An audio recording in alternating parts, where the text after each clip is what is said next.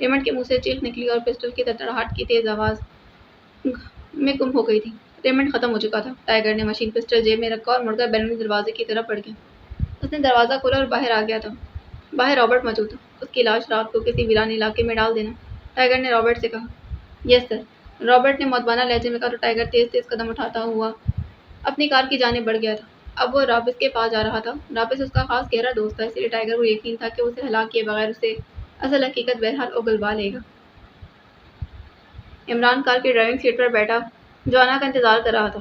وہ اس وقت رواد بازار کے قریب ایک چوک پر موجود تھا۔ عمران نے رواد بازار کے سیٹ قاسم کے آدمی کریم داد کو یہاں ڈراپ کیا تھا، جس نے اسے رمزو بابا کے ہوٹل میں بیٹھے اس خادم موالی کی نشاندہی کروا دی تھی جس نے کینٹ میں بینٹس کی دکان راشدین سے وہ مکان کرائے پر لیا تھا، جس کا عقبی دروازہ بند گلی میں کھلتا تھا اور جہاں دارالحکومت کے مشہور کاروباری آدمی سیٹھ ارشاد کو اغوا کرانے کے بعد انتہائی بھاری رقم بطور تاوان اس بند گلی میں رکھنے کو کہا گیا تھا، اور پھر یہ رقم غائب ہو گئی تھی۔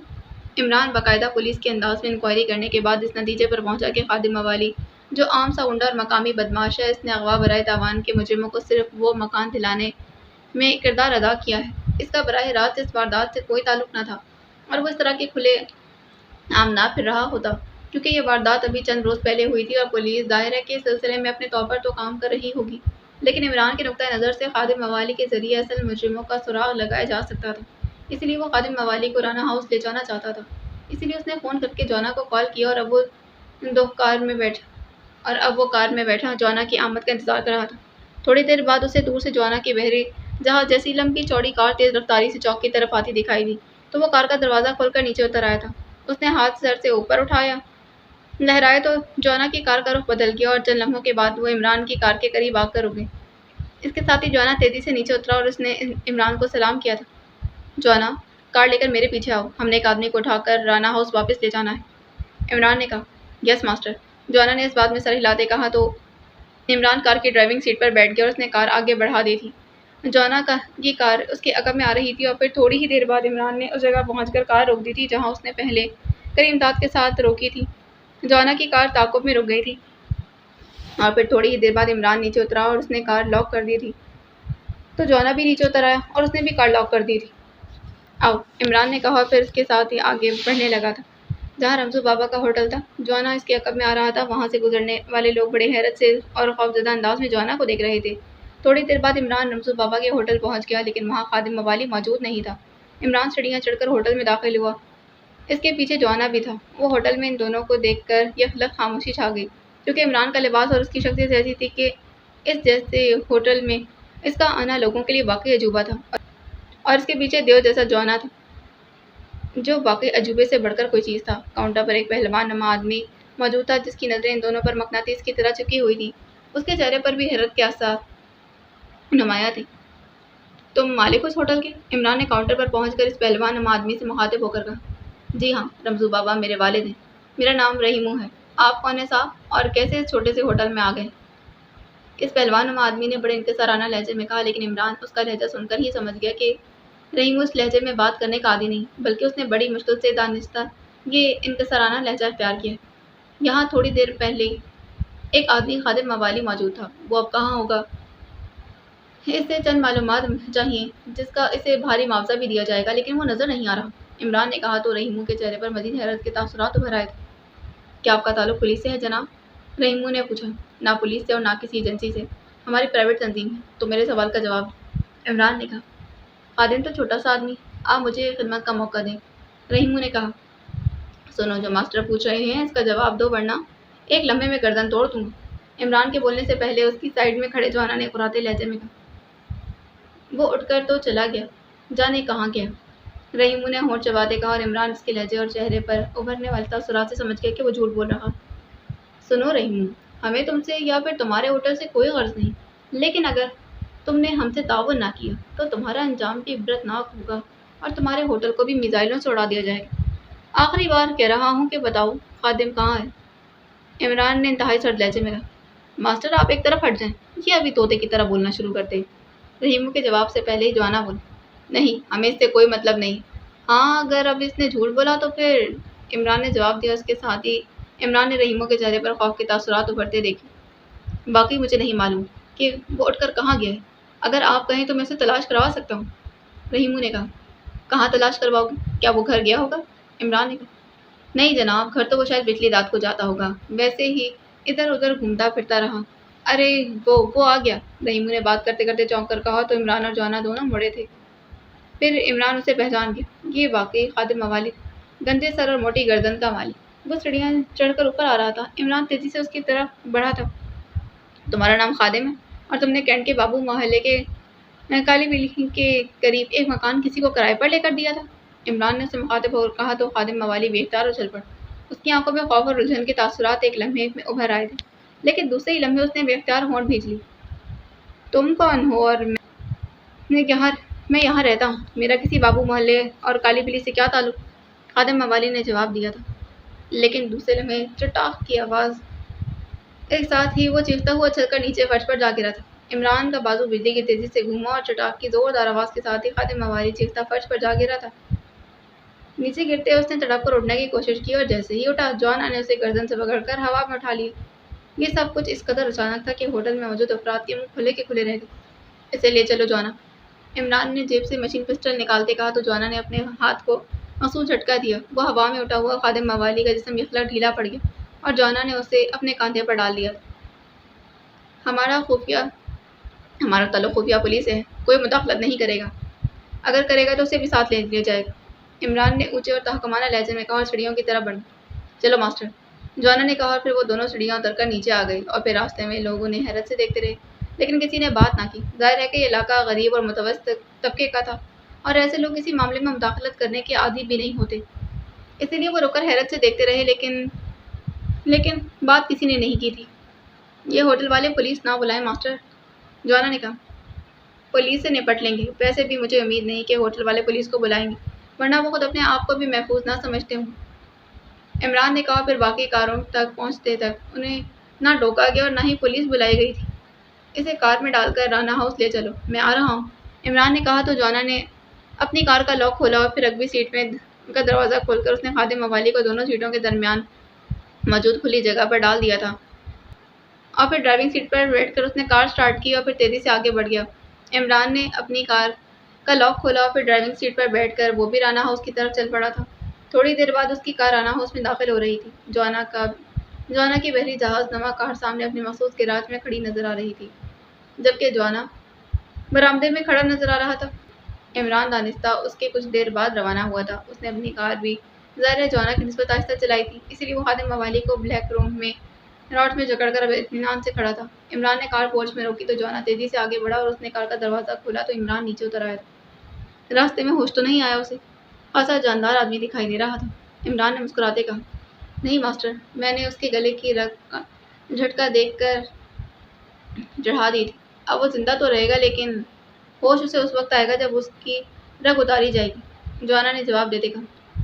خیال رکھنا کسی دن میری رگ نہ چڑھا دینا، ورنہ جوزف کو تمہاری ایک نہیں 10-12 رگیں چڑھانا پڑ جائیں گی، عمران نے سامنے بلیک روم کی طرف بڑھتے ہوئے کہا تو جوانا بے اختیار ہنس پڑا۔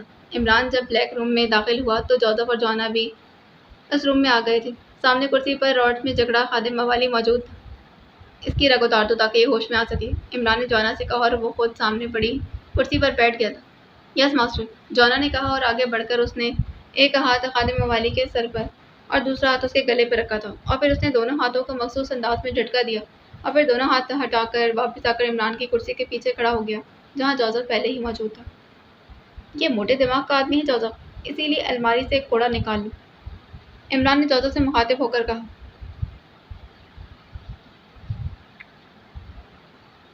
یس باس، جوزف نے جواب دیا اور پھر وہ کونے میں موجود الماری کی جانب بڑھ گیا۔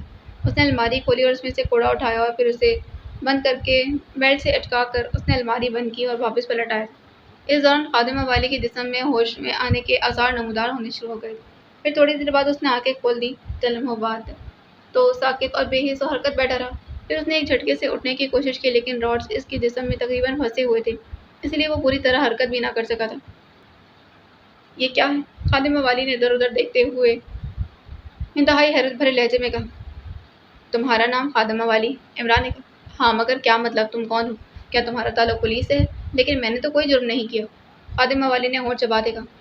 سنو خادم موالی، تم نے اپنی اور یہاں کی صورتحال تو دیکھ لی ہے، ہم تمہیں ہوٹل سے اٹھا کر یہاں پر لے آئے ہیں، کسی نے راستے میں ہمیں نہیں روکا کیونکہ اس کے لیے سب کو معلوم ہے کہ تم بدماش ہو، لوگ تم سے تنگ تھے اور تم ان دونوں دیوزادوں کو بھی دیکھ رہے ہو، تمہارے جسم کی ایک ایک ہڈی توڑ دی جائے گی، تم اگر اپنے آپ کو ٹوٹ پھوٹ سے بچانا چاہتے ہو اور زندہ رہنا چاہتے ہو تو میرے سوال کا جواب دو، تم نے بابو محلے کی کالی پیلی کے روشن دین دکاندار سے اس کا مکان کرائے پر لیا تھا، تم اس آدمی کے ساتھ جس نے وہ مکان کرائے پر لیا تھا اور تمہیں وہاں موجود سیٹھ قاسم نے پہچان کر بات بھی کی تھی، ہمیں وہ آدمی چاہیے جس سے تم نے مکان کرائے پر لیا تھا۔ عمران نے کہا، میں نے تو ایسا نہیں کیا، تمہیں کسی نے غلط بتایا ہے، خادم موالی نے منہ بناتے کہا۔ جوزف اس کی زبان کھلواؤ، عمران نے کہا۔ یس باس، جوزف نے کہا، پھر بیلٹ کے ساتھ اٹکا ہوا کوڑا اس نے اتار لیا تھا، اسے ہوا میں زور سے چھٹکا تو شراب کی خوفناک آواز ہال میں گونجی تھی۔ رک جاؤ، میں سچ کہہ رہا ہوں، مجھ پر یقین کرو، خادم موالی نے رو دینے والے لہجے میں کہا۔ لیکن اس سے پہلے کہ اس کا فکرہ ختم ہوتا، شراب کی آواز کے ساتھ ہی خادم موالی کے حلق سے نکلنے والی کربناک چیز سے کمرہ گونج اٹھا، اس کے ساتھ ہی جوزف کا بازو دوبارہ گھوما اور پھر تو جیسے خادم موالی کے حلق سے چیخنے والی مشین لگ گئی، جوزف کا بازو بھی کسی مشین کی طرح چل رہا تھا اور خادم موالی کا جسم زخموں سے بھرنے لگا۔ بتاتا ہوں، رک جاؤ، بتاتا ہوں، پانی، خادم موالی نے یکلک ڈوبتے لہجے میں کہا تھا۔ عمران نے ہاتھ اٹھا کر جوزف کو مزید کوڑے برسانے سے روک دیا۔ اسے پانی پلاؤ، خاصی موٹی کھال کا ثابت ہو رہا ہے یہ، عمران نے کہا تو جوزف نے کوڑا وہیں رکھا اور مڑ کر ایک بار پھر الماری کی طرف بڑھ گیا، جبکہ خادم موالی کی گردن ڈھلک گئی، وہ بے ہوش ہو چکا تھا۔ جوزف نے الماری سے پانی کی 2 بڑی بوتلیں اٹھائی اور واپس آ کر اس نے ایک بوتل کو نیچے فرش پر رکھا تھا اور دوسری بوتل اس نے ایک ہاتھ سے اس کے جبڑے کھینچے اور دوسرے ہاتھ سے اس نے پانی کی بوتل کا دہانہ خادم موالی کے منہ سے لگا دیا تھا۔ پانی آہستہ آہستہ خادم موالی کے حلق سے نیچے اترتا چلا گیا۔ جب پانی خادم موالی کے حلق سے نیچے اترا تو اسے ہوش آنا شروع ہو گیا اور پھر اس نے پیاسے اونٹ کی طرح پانی پینا شروع کر دیا۔ تقریباً آدھی بوتل پینے کے بعد اس نے منہ سے ہٹایا تو جوزف نے بوتل میں موجود پانی اس کے جسم میں انڈیل دیا تھا اور پھر بوتل خالی ایک طرف پڑی باسکٹ میں پھینک دی تھی۔ اس نے فرش پر رکھی ہوئی دوسری بوتل اٹھائی اور اسے کھول کر اس نے پوری بوتل خادم موالی کے زخموں پر انڈیل دی اور جکڑے ہوئے خادم موالی کا بے پناہ تکلیف کی وجہ سے بری طرح بگڑا ہوا چہرہ تیزی سے نارمل ہونا شروع ہو گیا۔ اس بار پانی مل گیا، آئندہ نہیں ملے گا، اس لیے جو سچ ہے وہ بتا دو، عمران نے انتہائی سرد لہجے میں کہا۔ مجھے کالو دادا نے ایک آدمی کے ساتھ بھیجا تھا کہ اس کو مکان دلوا دو، اگر مالک مکان انکار کرے تو اس کی گردن ناپو، لیکن مالک مکان نے بغیر کسی انکار کے خوش ہو کر مکان دے دیا اور میں واپس آ گیا، مجھے 1000 روپے مل گئے، مجھے بس اتنا معلوم، خادم موالی نے کہا تو عمران اس کے لہجے میں ہی سمجھ گیا کہ وہ سچ بول رہا۔ تم اس آدمی کو جانتے نہیں تھے؟ عمران نے پوچھا۔ نہیں، ویسے میں نے اسے پوچھا تھا، اس نے صرف نام بتایا تھا، شیرو، اور بس، خادم موالی نے جواب دیا۔ یہ کالو داد کہاں ہوتا ہے؟ عمران نے پوچھا۔ سلطان نگر کا دادا ہے، وہاں کا مشہور بدماش ہے، وہاں ہوٹل ہے اس کا جسے کالو داد کا ہوٹل کہا جاتا ہے، سکہ بند بدماش ہے، اس کے رابطے بہت اوپر تک ہیں، خادم موالی نے جواب دیتے ہوئے کہا۔ اس کا حلیہ بتاؤ، عمران نے پوچھا تو خادم موالی نے اس کا حلیہ اور قد و قامت کے بارے میں تفصیل بتا دی۔ اس کے ہوٹل میں فون ہے؟ عمران نے پوچھا۔ اوپر کمرے میں ہے لیکن مجھے اس کا نمبر معلوم نہیں، خادم موالی نے جواب دیا تو عمران اٹھ کھڑا ہوا۔ اسے ابھی ایسے ہی رہنے دو اور جوزف تم میرے ساتھ آؤ، عمران نے کہا اور مڑ کر دروازے کی طرف بڑھتا چلا گیا۔ ریڈ پینتھر کلب اور دارالحکومت کے سب سے معروف اور پوش علاقے سپر ماڈل ٹاؤن میں واقع 4 منزلہ خوبصورت اور وسیع عمارت، یہ کلب دارالحکومت کے امیر نوجوانوں میں بے حد مقبول تھا، یہاں کے آرکیسٹرا اور پھر یہاں ہونے والے ڈانسز کے نوجوان دیوانے تھے، یہی وجہ تھی کہ شام ہوتے ہی کلب میں نوجوان مردوں اور عورتوں کی آمد شروع ہو جاتی تھی اور پھر رات گئے تک اس کی رونقیں عروج پر رہتیں۔ رابرٹس گریٹ لینڈ نژاد تھا اور اس نے اب سے 6 سال پہلے یہ کلب تعمیر کروایا تھا، جب وہ گریٹ لینڈ سے یہاں مستقل طور پر شفٹ ہوا تھا۔ ٹائیگر اکثر یہاں آتا جاتا رہتا تھا کیونکہ رابرٹ سے اسے بعض اوقات ایسی معلومات مل جاتی تھیں جو وہ چاہتا تھا، لیکن اسے یہ بھی معلوم تھا کہ رابرٹ کا تعلق جرائم کی دنیا سے نہیں بلکہ وہ صرف کلب کی آمدنی پر ہی اکتفا کرتا تھا، اسی لیے ٹائیگر اسے پسند کرتا تھا۔ ریمنڈ نے جو بتایا وہ درست ہے، تو اس سے رابرٹ نے زیادہ اپنے آپ پر غصہ آ رہا تھا کہ وہ اپنے آپ کو بے حد ہوشیار سمجھتا ہے، لیکن اتنے میل جول کے باوجود رابرٹ کی اصلیت کو نہ سمجھ سکا تھا اور یہی سوچتا تھا کہ وہ سپر ماڈل ٹاؤن کی طرف بڑا چلا جا رہا۔ ابھی چونکہ شام نہ ہوئی تھی اس لیے اسے معلوم تھا کہ اس وقت کلب میں رش نہیں ہوگا۔ کلب کے کمپاؤنڈ گیٹ سے اس نے کار پارکنگ میں لے جا کر روک دی تھی۔ تمہارا چیف کلب میں موجود ہے یا نہیں؟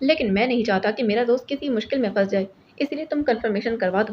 ٹائیگر نے کہا، سوری، نہ میں نے یہ کام کیا ہے اور نہ ہی میرا اس سے کوئی تعلق ہے، اور تم چاہے کسی کو بھی رپورٹ دو، میں خود ان سے نپٹ لوں گا، تم جا سکتے ہو۔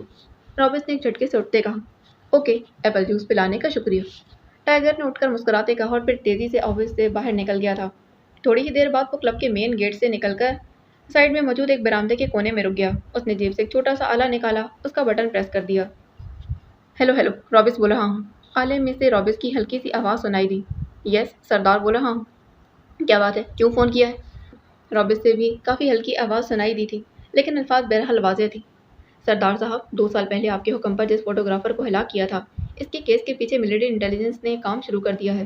رابرٹس کی آواز سنائی دی تھی۔ کیسے معلوم ہوا کہ ملٹری انٹیلیجنس ہی کام کر رہی ہے؟ دوسری طرف سے پوچھا گیا، لیکن آواز ہلکی آ رہی تھی۔ پھر رابرٹس نے پہلے ریمنڈ کا فون آنے اور پھر ٹائیگر کے آنے اور اس سے ملنے کے بعد سارا حال بیان کر دیا تھا۔ جیسے اس نے ٹائیگر کو ٹال دیا، اس سے یہ بھی معلوم کر لیا کہ اس کی کارروائی کے پیچھے کون سی پارٹی ہے۔ یہ ٹائیگر کون ہے؟ اس کے بارے میں کیا تفصیل ہے؟ سردار نے پوچھا۔ جناب، وہ انڈر ورلڈ کا آدمی ہے، سارے انڈر ورلڈ میں اس کے تعلقات ہیں، خاصا خطرناک آدمی سمجھا جاتا ہے۔ رابرٹس نے جواب دیتے کہا، ٹھیک ہے، تم فکر مت کرو، میں سب سنبھال لوں گا۔